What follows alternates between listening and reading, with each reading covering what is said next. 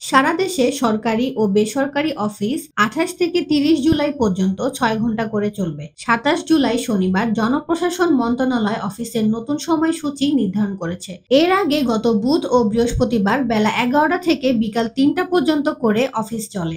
দেশের পরিস্থিতি স্বাভাবিক হতে শুরু করায় চলমান কারফিউয়ের সময়সীমা শিথিল করেছে সরকার। এ অবস্থায় সরকারি বেসরকারি অফিসের সময়ও বাড়ানো হচ্ছে। তবে এই সময়সূচির আওতায় বাইরে থাকবে জরুরি কাজের সঙ্গে সম্পৃক্ত অফিসগুলো, যেমন বিদ্যুৎ, পানি, গ্যাস ও অন্যান্য জ্বালানি, ফায়ার সার্ভিস ও বন্দরগুলোর কার্যক্রম, পরিচ্ছন্নতা, টেলিফোন, ইন্টারনেট, ডাক সেবা এবং এ সংশ্লিষ্ট কাজে নিয়োজিত যানবাহন ও কর্মীরা। এর আগে গত শনিবার জনপ্রশাসন মন্ত্রী ফরহাদ হোসেন সাংবাদিকদের বলেন, রবি থেকে মঙ্গলবার পর্যন্ত সকাল ৯টা থেকে বিকাল ৩টা পর্যন্ত সরকারি অফিস চলবে। ব্যাংক, বীমা ও আদালত তাদের মতো করে সময় নির্ধারণ করবে। মঙ্গলবারের পর কারফিউয়ের সময় অনুযায়ী অফিস সময়সূচি নির্ধারণ করা হবে। কারফিউ জারি হওয়ায় গত রবিবার থেকে মঙ্গলবার পর্যন্ত সাধারণ ছুটি দিয়েছিল সরকার।